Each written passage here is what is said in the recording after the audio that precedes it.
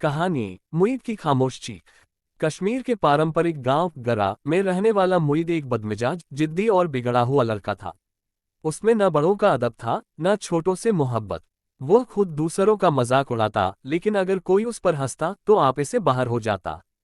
उसके बुरे व्यवहार से पूरा गांव, उसके घर वाले और खास तौर पर उसका छोटा भाई काका बहुत परेशान थे। घर वालों के लिए मुसीबत। मुईद के माता पिता उसकी हरकतों से बेहद परेशान थे। उसकी माँ अक्सर कहती, ये लड़का कभी नहीं सुधरेगा, न हमें इज्जत देता है न किसी और को। उसके पिता ने कई बार सख्ती की, मगर मुईद की फितरत में कोई बदलाव नहीं आया। उसका छोटा भाई काका उसके बिल्कुल उलट था, एक नेकदिल, मासूम और मोहब्बत करने वाला लड़का। वह सबका सम्मान करता, बड़ों की इज्जत करता और छोटों से स्नेह से पेश आता। मगर मुईद के लिए वह बस एक मजाक का निशाना था। वह उसे चिढ़ाता, नाम बिगाड़कर बुलाता और अक्सर उसके साथ बदतमीजी करता।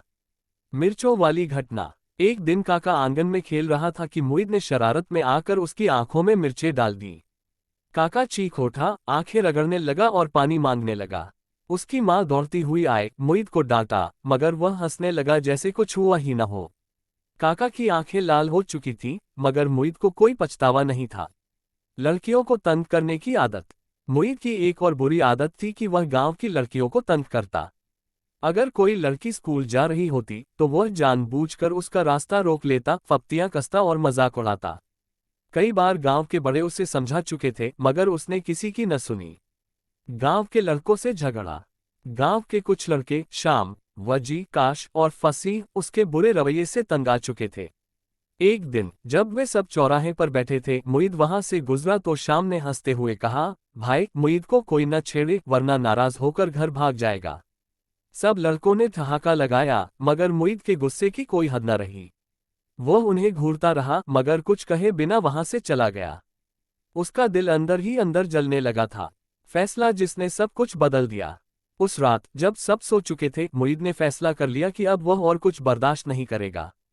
उसके दिमाग में बस यही ख्याल था कि पूरी दुनिया उसके खिलाफ है, सब उसे तंग करते हैं और अब उसके पास कोई रास्ता नहीं बचा। सुबह जब उसकी मां ने दरवाजा खोला तो अंदर का मंजर देखकर उसकी चीखें पूरे घर में गूंज उठी। मुईद की बेजान लाश पंखे से लटकी हुई थी।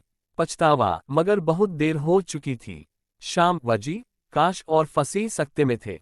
उन्हें यकीन नहीं आ रहा था कि मुईद ने ऐसा कदम उठा लिया है। काका अपनी मां के साथ रोता रहा, मगर अब कोई फायदा नहीं था।